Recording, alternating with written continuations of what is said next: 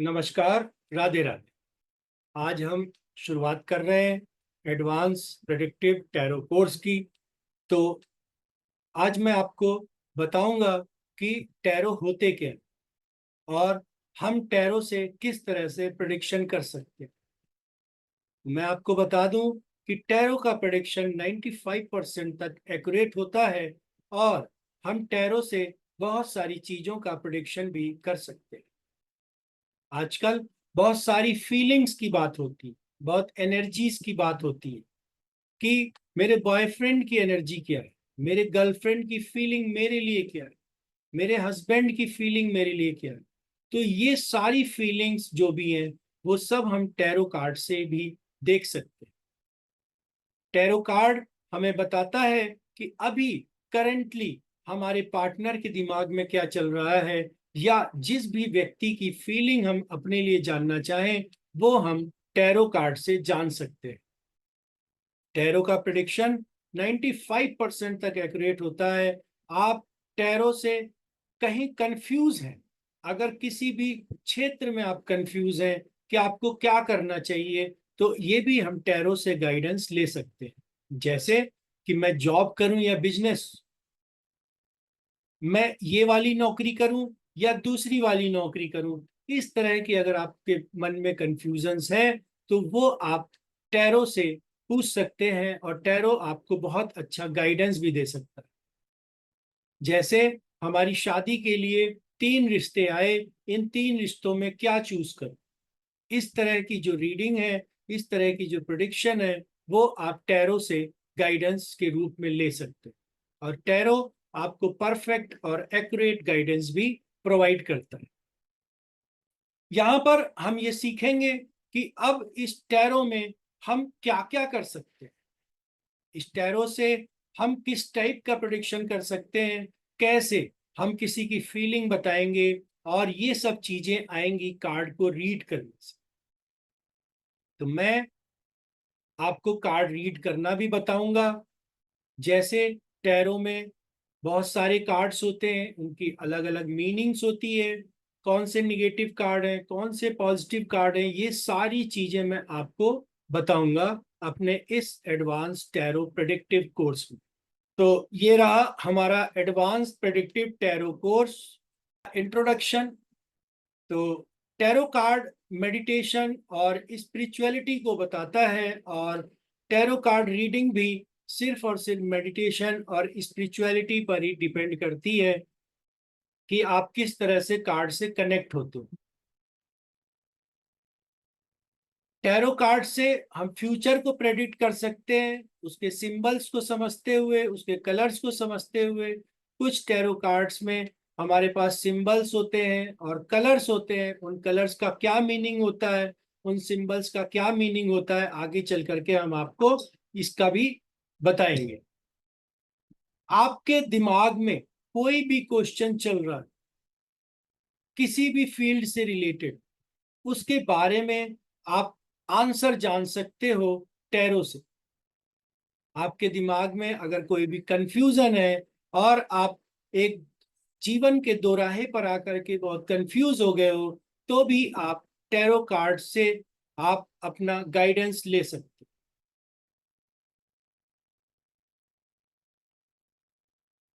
How to become good tarot reader. एक अच्छा tarot reader बनने के लिए आपको क्या करना चाहिए। टैरो रीडर को मेडिटेशन करना चाहिए, डेली मेडिटेशन करना चाहिए।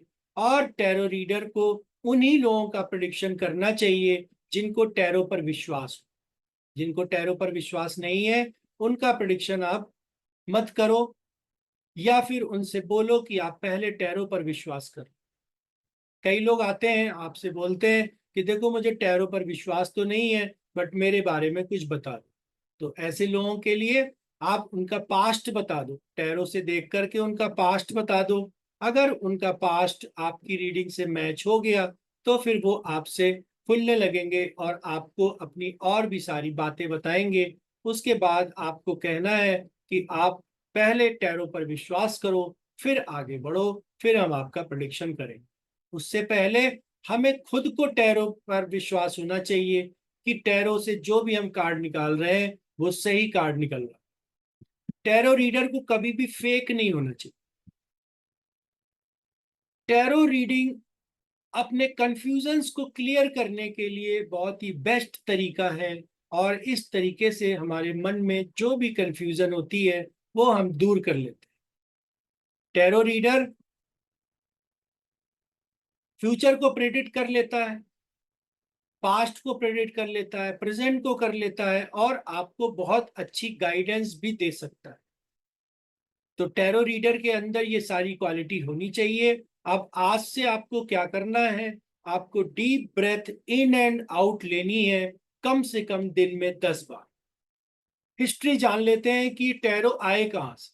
ये टैरो इजिप्ट से आए, और इस टैरो में इजिप्ट की मेथोडोलॉजी भी हमें देखने को मिलती है। उसके बाद ये चाइना में आया, फिर उसके बाद इटली, यूरोप से होता हुआ हमारे भारत में पहुंचा। आजकल हम बहुत इसका यूज कर रहे हैं, और बहुत फ्रीक्वेंटली बेसिस पर इसका यूज हो रहा है, क्योंकि ये हमें बिल्कुल एक्यूरेट प्रेडिक्शन देता है। यूरोपियंस इसके ऊपर बहुत ज्यादा विश्वास रखते थे, और वो उन्होंने ही इस स्टडी को एक्सप्लोर किया, और टैरो कार्ड्स को भी एक्सप्लोर करना शुरू कर दिया। टैरो में टार का मतलब होता है वे ऑफ लाइफ, और आरो का मीन्स होता है रॉयल। तो रॉयल वे ऑफ लाइफ, जीवन जीने का राजसी तरीका। टैरो आपको किसी भी फील्ड में सक्सेस के लिए हेल्प कर सकते हैं। मेजर आर्काना में 22 कार्ड होते हैं, और माइनर आर्काना में 56 कार्ड होते हैं। ये हम आगे चल करके देखेंगे कि मेजर आर्काना कैसे होता है और माइनर आर्काना कैसे होता है, और हम कैसे पहचानेंगे कि मेजर आर्काना का कार्ड है या माइनर आर्काना का कार्ड है। तो अभी आप सिर्फ इतना जानिए कि मेजर आर्काना में 22 कार्ड होते हैं, और माइनर आर्काना में 56 कार्ड होते हैं। और ये हम राइडर वेट टैरो डेक की बात कर रहे हैं। राइडर वेट टैरो डेक ही सबसे ज्यादा ऑथेंटिक डेक है, और ओरिजिनल भी है। तो जो भी हम प्रेडिक्शन करते हैं वो राइडर वेट टैरो डेक से ही प्रेडिक्शन करते हैं, और उसमें टोटल 78 कार्ड्स होते हैं। अब यहाँ पर हम देखते हैं मेजर आर्काना में 0 से 21 नंबर तक के कार्ड होते हैं, टोटल 22 कार्ड होते हैं। माइनर आर्काना में टोटल 56 कार्ड होते हैं। अब माइनर आर्काना को फर्दर डिवाइड किया गया है 4 सूट्स में। तो वो 4 सूट्स होते हैं कप्स के, वॉन्ड के, स्वॉर्ड के, और पेंटिकल्स के। तो कप्स के जो कार्ड होते हैं वो रिलेशनशिप, इमोशंस को दिखाते हैं। वॉन्ड के जो कार्ड होते हैं वो करियर को शो करते हैं, और स्वॉर्ड के जो कार्ड होते हैं वो थॉट्स और एक्शंस को शो करते हैं। पेंटिकल्स के कार्ड फाइनेंसेस को शो करते हैं। अब कप्स के कार्ड की जो टाइमिंग होती है वो 7 से 10 दिन की टाइमिंग होती है। वॉन्ड के कार्ड की जो टाइमिंग होती है वो वीक्स में होती है, और स्वॉर्ड के कार्ड की टाइमिंग मंथ में होती है, और पेंटिकल्स के कार्ड की टाइमिंग ईयर में होती है, 1 to 3 years। तो इस तरह से हम टाइमिंग भी देते हैं। और आगे चल करके जब मैं आपको सूट्स के बारे में बताऊंगा, तो मैं आपको बताऊंगा कि इनकी डायरेक्शंस क्या होती है। और इससे पहले हम ये जान लेते हैं कि ये किस एलिमेंट के। तो मेजर आर्काना जो होता है वो स्काई एलिमेंट का होता है, और कप्स के कार्ड, क्योंकि कप में हम पानी भर सकते हैं इसलिए वाटर एलिमेंट को शो करता है। वॉन्ड में आग लगाई जा सकती है इसलिए फायर एलिमेंट को शो करता है। स्वॉर्ड को हम एयर में घुमा सकते हैं इसलिए ये एयर एलिमेंट को रिप्रेजेंट करता है, और पेंटिकल्स अर्थ एलिमेंट को रिप्रेजेंट करती है।